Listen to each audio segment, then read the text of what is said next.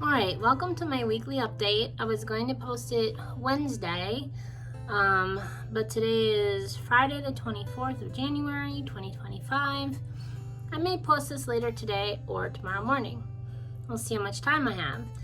And speaking of that, you would think that a hospice patient has plenty of time on their hands, or maybe they're just lying around in bed all day. But again, the other purpose of me posting is to debunk what a hospice patient looks like. It can look like me, as well as maybe some of the myths of, again, what they might look like or do during the day. And I'll kind of talk about that later in this video. Now, I do probably sleep. I take a nap about 2 hours a day. I still go to bed early, and I have been waking up a little bit later. So yes, I do sleep, and a lot of times at night, I'll just sit and watch TV. So there is a lot of that, but again, as I've said in previous videos, I do have more energy in the morning, and so I still am busy doing chores like laundry and things like that. The other thing that I've been trying to do, so I had a visit on Monday, that's generally when my nurse comes, is I try to keep relying on the data versus how I'm feeling. Because I feel like sometimes the data is more objective than I am. So what am I feeling? Well, I just mentioned it's getting a little bit harder to wake up. I do attribute that to 3 different things. One could be the cancer, but it could also be the medication and my digestion. I'm finding I really can't eat meat anymore, or at least very, very little of it. A lot more fruits and veggies and stuff, because it'll get stuck in my system. And when it gets stuck at a certain point, I also get tired. So that's one reason why it might be harder to wake up. Also, I am finding it a little bit harder to catch my breath. Before it was like carrying a heavy basket upstairs. Now it might just be walking upstairs without any basket. So that's some things that I'm finding. As I take a deep breath, you're going to hear a wheeze that won't ever go away. I still can't lay on my right side at all. Yeah. So, and like I said, I get a little bit more sleepy. Now, one of the things that I also want to address is some things that I noticed even way before now, even way before I went on a hospice. So one or a few clues that I had is things that are supposed to give you more energy actually end up taking it away. So for example, back in 2022 when I would exercise, okay, let's rewind even before 2022. When I would exercise, yeah, it'd make you a little tired, but it was like that. Feel good tired, and eventually it would give you more energy, more endorphins. Well, starting around 2022, when the cancer was recurring, it just made me more tired. And that's when I started to realize I had to use my energy like money. I had to allot certain things for my energy, and I couldn't necessarily allot exercise to my energy anymore if I just wanted to make it through the workday. The other thing is also eating. Eating is supposed to give you energy. Well, for me, when I eat, it makes me immediately tired. So that might be a clue. If things in the past were giving you energy and then they're not, go get your health checked.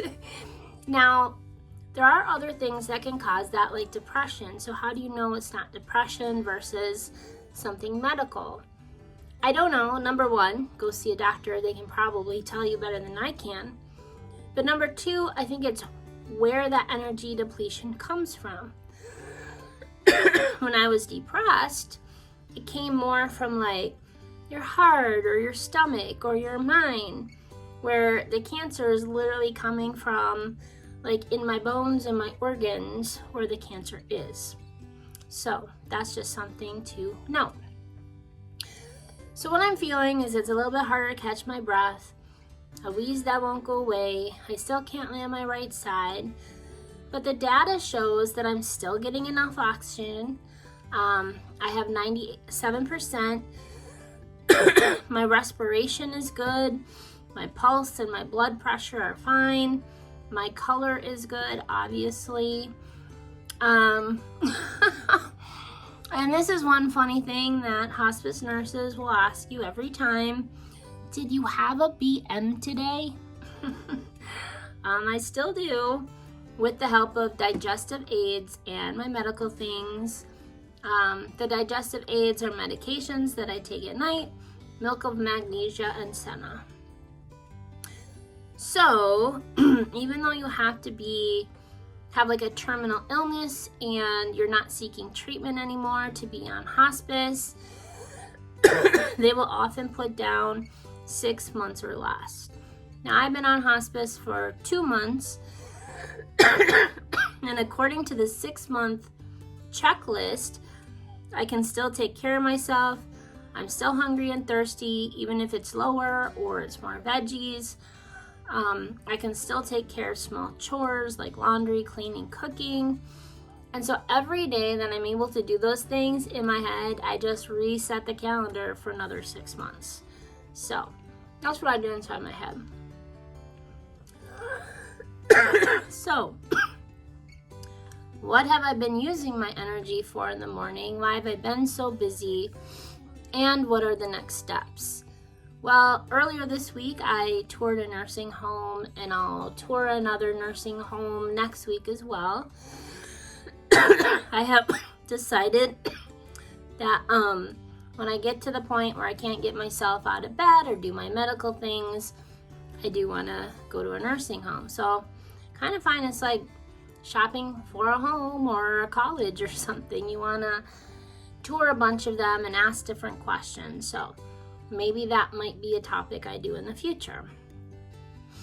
Also, my main focus over the next week is really making a lot of phone calls to better fully understand my financial options and to assure that I can get the future care that I want and need, as well as make sure that my family is as stable as possible. I'm able to do about one thing a day, and so I have one phone call set a day each week for different things to make sure that I know that my care will be taken care of in the future, as well as my family will be stable. And that might be something else that I talk about in the future. Finances. I thought you could just jump onto Medicaid right away, Medicare. That's not necessarily true. You have to go through almost all your own personal finances first. So these are things to really think about. Also, a lot of people don't know that hospice doesn't provide 24-hour care. They provide care like, on average, I would say 2 days a week or so. I'll get more information and be more specific about that. But really, I think I heard hospice nurse Julie say 80% of the care is done by the family, maybe even 90, depending. So that's something that a lot of people don't know. They just assume hospice is going to take care of everything, and that's not true. That's why people do need to look into other options like home health aides or nursing homes in the future. Also, I've just been spending time with family. My mom's been here the past week. Friends come to visit. And then when I'm not busy with all those things, you know me, I love to reflect on the bigger questions of the universe and write about them. I have 2 personal essays I've written recently. Perhaps I'll do a video and share that in the future. So yeah, that's kind of what I've been up to and why I haven't really been on over the last couple days or week. Anyway, thank you for joining me on my journey. I will keep you updated as it goes. If for some reason I don't post when I say I'm going to, it's because I'm busy or maybe something's occurred. Like I said, sometimes it's harder for me to wake up in the morning, and my brain sometimes, especially if my digestion is off, plus the medication may not be functioning at 100%. So that could be other reasons why I'm not posting as well. as I was thinking about that this morning, that's why it is so important. And I've talked about this probably several years ago, putting as many things on autopilot as possible, whether that's physically, this is what I do every day, whether it's mentally, I get up every morning and I write a schedule, whether it's financially, just putting everything on automatic bill pay, all of those things. The more you can put on automatic pilot, then the less that I actually have to worry about or think about, and I can just do.